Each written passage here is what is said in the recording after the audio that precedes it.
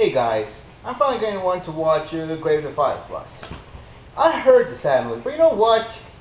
Fuck those people. Those people are fucking pussies. See, I'm a real man. Look at all these men in the movie, like fucking Scarface, with Tony Montana, Al Pacino, say hello to my little friend, the war, Chico, and everything in it. Got fucking, Mad Max, crazy motherfucking Mel Gibson, that thing in the High and the Goose, and fucking Godzilla, fucking Gamera, fucking monster movie, fucking beat the shit out of each other. Yeah! Look here, look. Indiana Jones, look, I got fucking Indiana Jones, one of man to man, look. Fuck yeah, see, westerns. Fuck yeah, I got fucking little Clint Eastwood here. One of the original Randy, man, fucking Jane, original Jane, I got fucking westerns, westerns, y'all. Fuck down on westerns. Look at this. I don't know if you see that over there, but you see over there, fucking John Wayne motherfuckers, Look, see, one of the original man-to-man. See there? Yeah, motherfucker, look. Fucking John Wayne, fucking John Wayne westerns, yeah. What the I got some horror movies over here, some hammer, to class it up a little bit, But I got fucking Friday the 13th.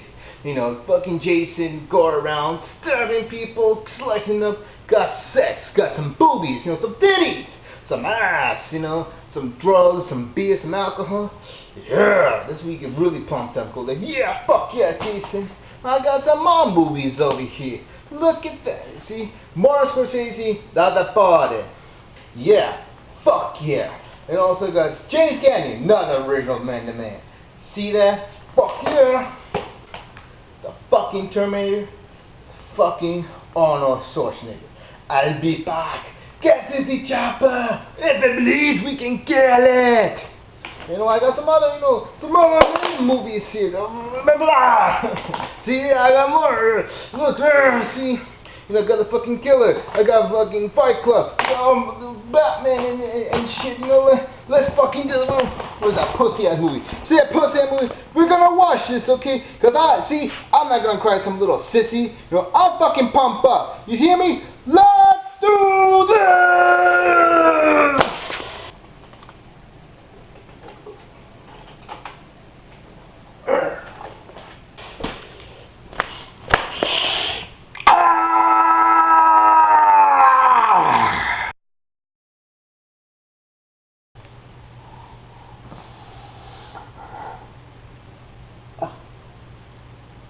Oh.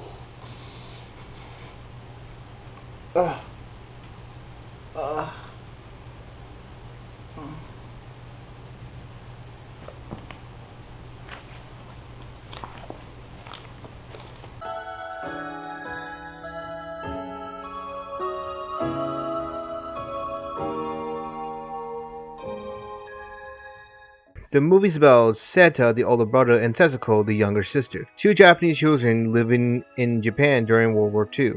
We watch of how they live their life during a harsh time, living with their aunt and then living on their own and seeing their ultimate fate during the film. It's as simple as that, folks.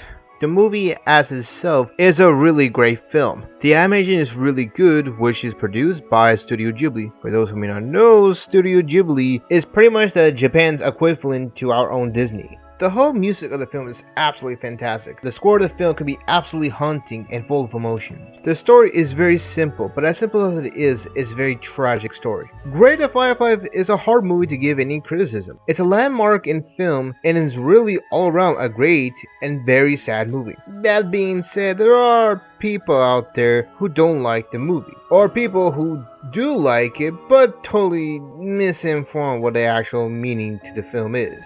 From both sides, I do understand the reasoning for it, which I'll go through, and I do have a criticism of my own, but I'm not attacking the film. Now, the only negative I have to say is mostly due to the English dubbing.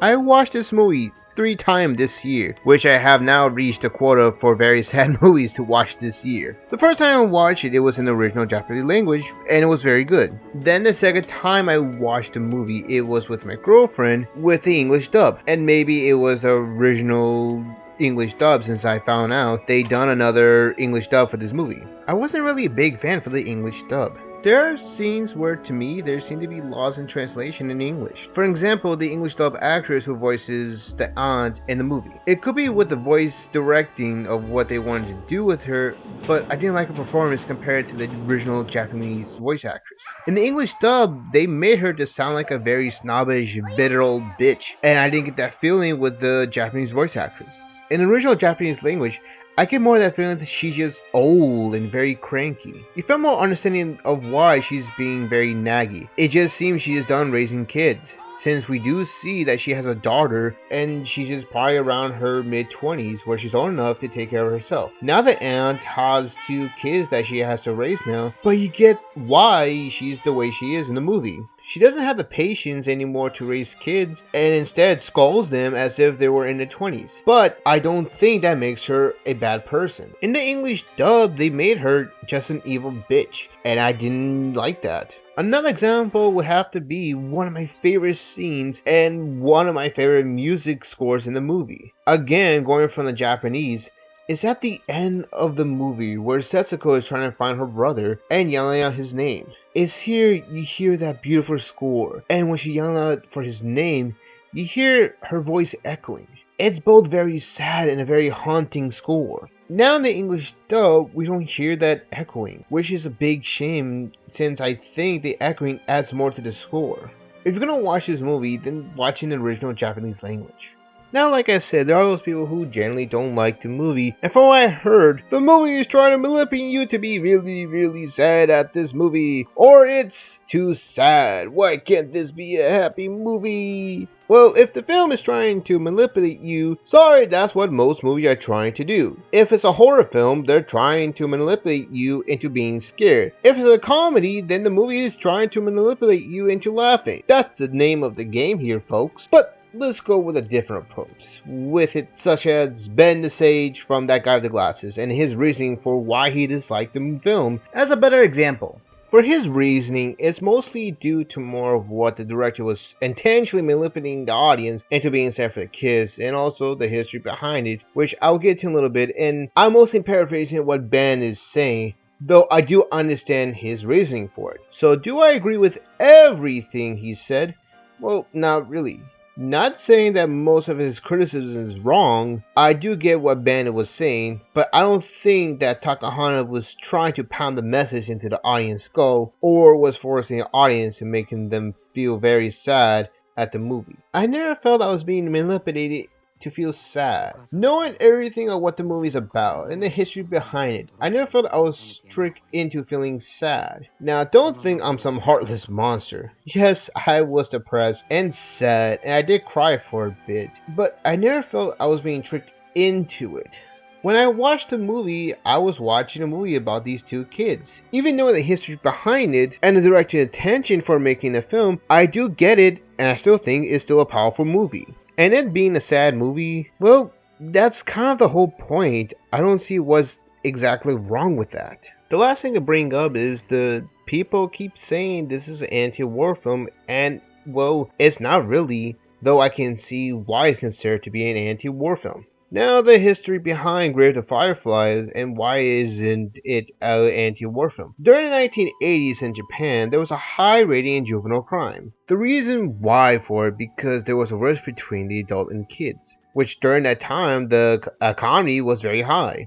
The rift between the adults and kids is that the adults are frustrated with their kids for pretty much being spoiled, not respecting them, and taking things for granted during this high economy. And the kids were equally frustrated at the parents for outdating parenting. Takahata wanted to make a film that speaks to the younger generation at that time to show what the parents been through, hint, Grave of the Fireflies. It's very noticeable when you stop and think about it. An example would be at the end of the film where Seta is sitting on the bench with his sister resting on his leg. For a moment, he looks at the audience, then stares at the city, which is supposed to be Tokyo, or at least I assume it is. In a very subtle way, Seta is telling the audience, stop what you're doing, because this one lasts forever. Now, after that little history, you're probably asking yourself, then how come everybody is calling it an anti-war film? Well, it's simple. Us as an American audience don't have that insight to Japan's history. It's not like I blame the people to know what happened in Japan during the 1980s. It's not a common fact to us. If I knew nothing about the history when I watched the film, then I would call it an anti-war film as well.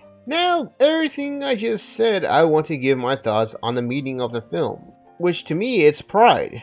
It shows that as much you can be a very prideful person, you sometimes need to swallow it in order to overcome difficult circumstances. If Setai would have made the choice to go back and live with his aunt, he probably would have lived a longer life. After all that, I want to give out my rating. It's a very high 4.5 out of 5. The reason not being a perfect 5-star movie, it's a movie that I don't think I will want to go back to very often. I can't really say I enjoyed the movie. I admired it and respect it. I do love everything about it, but it's something I don't see myself watching it every time. If I can give one big fair warning, it is prepare to be sad. It's not a happy film at all. There are moments that it's light, but you'll be crying like a baby through most of it. Till then, bring some tissues.